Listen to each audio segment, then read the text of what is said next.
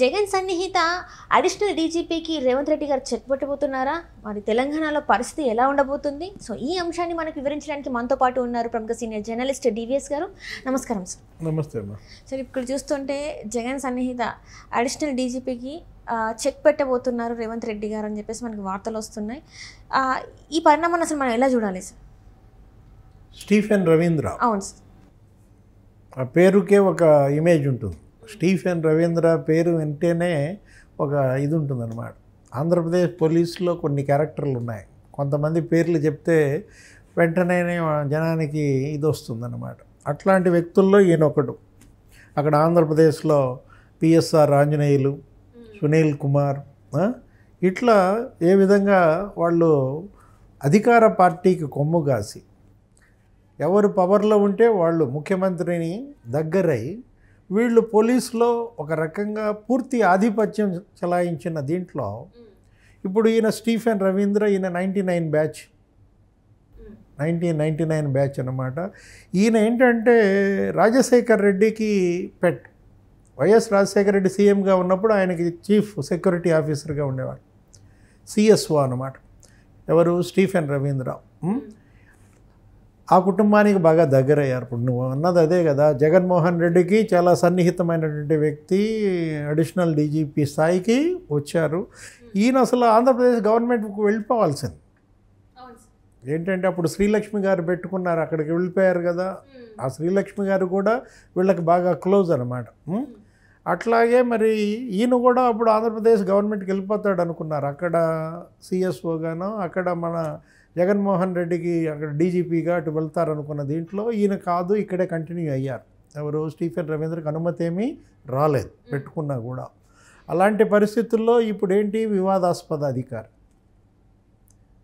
ఎప్పుడైతే నువ్వు అధికార పార్టీకి అంటగాగావో, ఒక ముఖ్యమంత్రి స్వామి భక్తి ఎక్కువైందో, వీళ్ళందరూ కూడా ఏంటి? ల్యాండ్ మాఫియా, ఆ భూ కబ్జాలలో కావచ్చు, సెటిల్మెంట్లలో కావచ్చు, పంచాయతీలు చేయటము, వాళ్ళకి వీళ్ళు వెన్నుదన్నుగా నిలబడటం, వాళ్ళ పవర్ వీళ్ళు కాపాడటం, వీళ్ళ యొక్క ఎర్నింగ్స్ని వాళ్ళు కాపాడటం, క్విడ్ ప్రోకో నడుస్తుంది. ఎవరికి?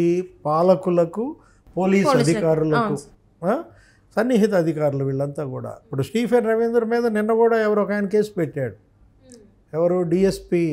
తను ఇన్స్పెక్టర్గా ఉన్నప్పుడు అక్కడెక్కడ జవ్వాడి భూ కుంభకోణం, అతను ఎవరో ఏంటి అతనికి ఇతను ఫేవర్ చేయలేదనే ఉద్దేశంతో ఆ ల్యాండ్ అతని యజమాని స్టీఫెన్ రవీంద్రని ప్రలోభాలకు గురి చేసి ఇతన్ని ఇబ్బంది పెట్టడం, ఇతన్ని ఇన్స్పెక్టర్ని సస్పెండ్ చేయడం. 1 year పాటు సస్పెండ్ చేశారు. నేను స్టీఫెన్ రవీంద్ర వల్ల ఒక 1 year విలువైన కాలాన్ని కోల్పోయాను కాబట్టి స్టీఫెన్ రవీంద్ర మీద చర్యలు తీసుకోండి అని వేసాడు కేసు. అంటే రేవంత్ రెడ్డి ఎప్పుడైతే ముఖ్యమంత్రి అయ్యాడో ఈ కేసులు పెరిగిపోయాయి. ఎవరు? ఇన్నాళ్ళు 10 ఏళ్ల బీఆర్ఎస్ పరిపాలనలో అటు కేసీఆర్ కుటుంబ బాధితులు కేసులు వేస్తున్నారు వరుసపెట్టి, ఇటు ఈ పోలీస్ అధికారుల బాధితులు వరుసపెట్టి కేసులు వేస్తున్న దీంట్లో మనకి ఈ ఇన్స్పెక్టర్ డిఎస్పీ వేసిన కేసు ఇప్పుడు స్టీఫెన్ రవీంద్ర మెడకు చుట్టుకుంది.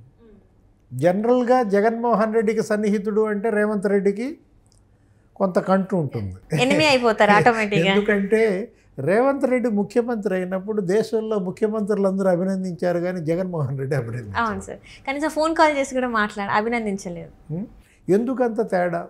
యాక్చువల్గా వాళ్ళ మధ్య గట్టు తగాదా లేదు, భూ తగాదాలు లేవు, ఏ ఆస్తి తగాదాలు లేవు కదా. ఈయన తెలంగాణ, ఆయన ఆంధ్రప్రదేశ్. రేవంత్ రెడ్డి ఏమన్నా లోటస్ పాండ్లో వాటా అడిగాడా? వీళ్ళ ఆస్తుల జోలికేమీ వెళ్ళలేదు. కాకపోతే ఏంటంటే కేసీఆర్తో జగన్మోహన్ రెడ్డి అంటగాగటం, రేవంత్ రెడ్డిని మళ్ళీ అభినందిస్తే కేసీఆర్కి ఎక్కడ కోపం వస్తుందో అనే ఉద్దేశమా? జనరల్గా ఎవరు ముఖ్యమంత్రి అయినా అభినందిస్తారు. రేపొద్దున ఆంధ్రప్రదేశ్ ఎన్నికల్లో చంద్రబాబు ముఖ్యమంత్రి అయ్యాడు అనుకో, వీళ్ళు అభినందించరా? జగన్ కూడా అభినందించాలి కదా. ఇదేంటిది? ఇది రాజకీయంలో అది మామూలు, ఏది ప్రోటోకాల్ ప్రకారం. అలాంటి కనీస మర్యాదనే జగన్మోహన్ రెడ్డి రేవంత్ రెడ్డి పట్ల చూపలేదు. సరే, దాన్నేమి అతను మనసులో పెట్టుకుని వీళ్ళ మీద కఠిన చర్యలు తీసుకుంటాడని నేను అనుకోను. కానీ ఇవాళ ఒక కేసు పడింది స్టీఫెన్ రవీంద్ర మీద, ఇంతటితో ఆగుద్దంటావా? ఇంకా అనేక కేసులు పడే అవకాశం కూడా ఉంది. ఎందుకంటే అన్ని డిస్ప్యూట్స్ ఉన్నాయి, అన్ని ల్యాండ్ సెటిల్మెంట్స్ జరిగాయి.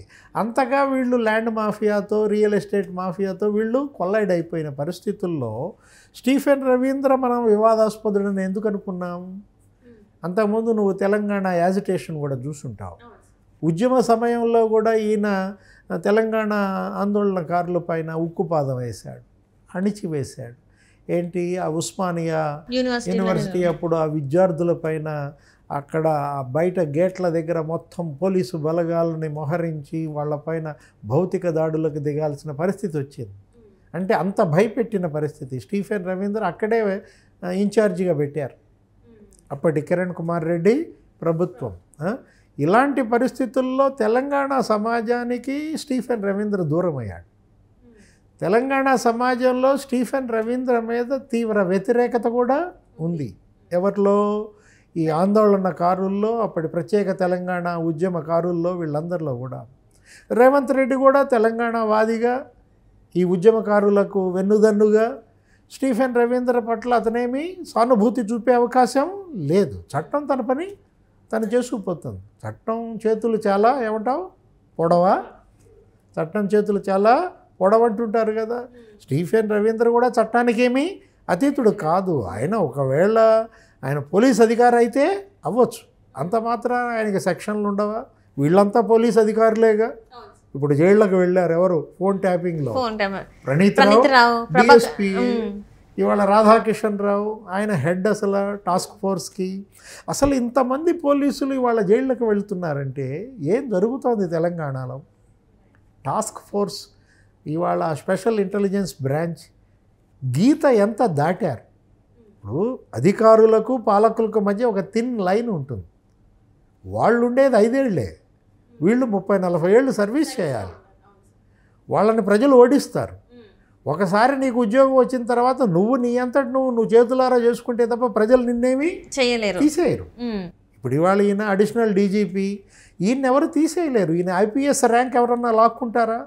మీరెందుకు ఈ ఐపీఎస్లు, ఈ ఐఏఎస్లు ఎందుకు 5 ఏళ్ళు ఉండేటటువంటి ఆ తుమ్మితే ఊడే ముక్కు ఎవరు? ఆ ముఖ్యమంత్రులు, ఆ మంత్రులు, ఆ ఎమ్మెల్యేలు వాళ్ళకి దాసోహం చేయటం ఏంటి? వాళ్ళ చెప్పు చేతల్లోకి వీళ్ళు వెళ్ళడం ఏంటి? హీరో వర్షిప్ కదా.